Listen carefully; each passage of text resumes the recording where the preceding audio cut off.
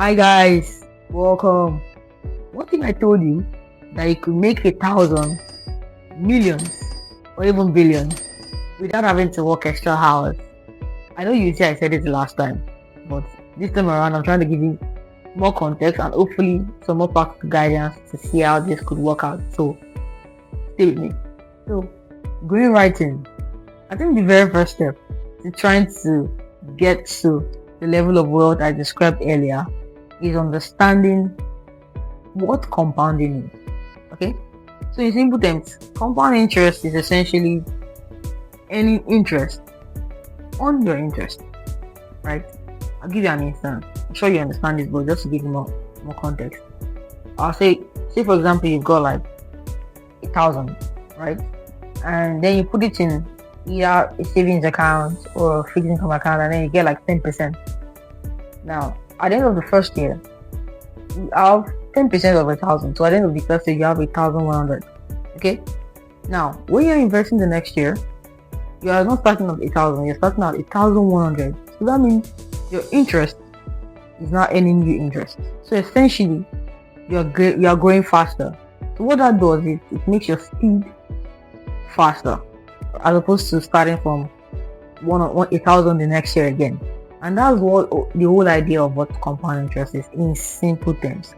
So essentially, the growth speeds up, and we call that the snowball effect, right? Compounding. But do you know the mind-blowing part? Do you know what is causing that compounding interest? It's not necessarily the rate. Nah, it's the time. The time. There's something time does, right? So money and even in different spheres of life, time amplifies things. Time allows things to grow, right? Time multiplies money. So I'll give you an instance. Person A could invest from age 20 to 30 and then stop. And then person B could start investing from the age of 30 and invest for some other 30 years.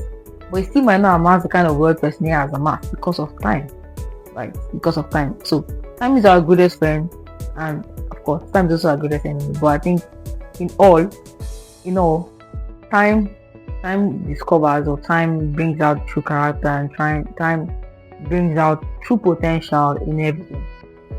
So why should you care about compounding?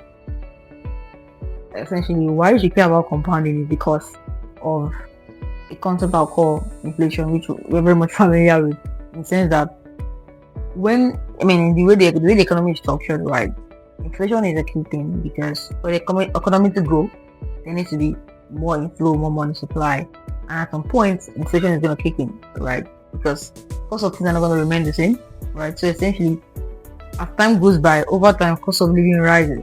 So if your income is staying static, in the sense that you're not investing and you just keep receiving the same amount of income, at some point they're going to be net negative, which is somewhere you don't want to be in, right?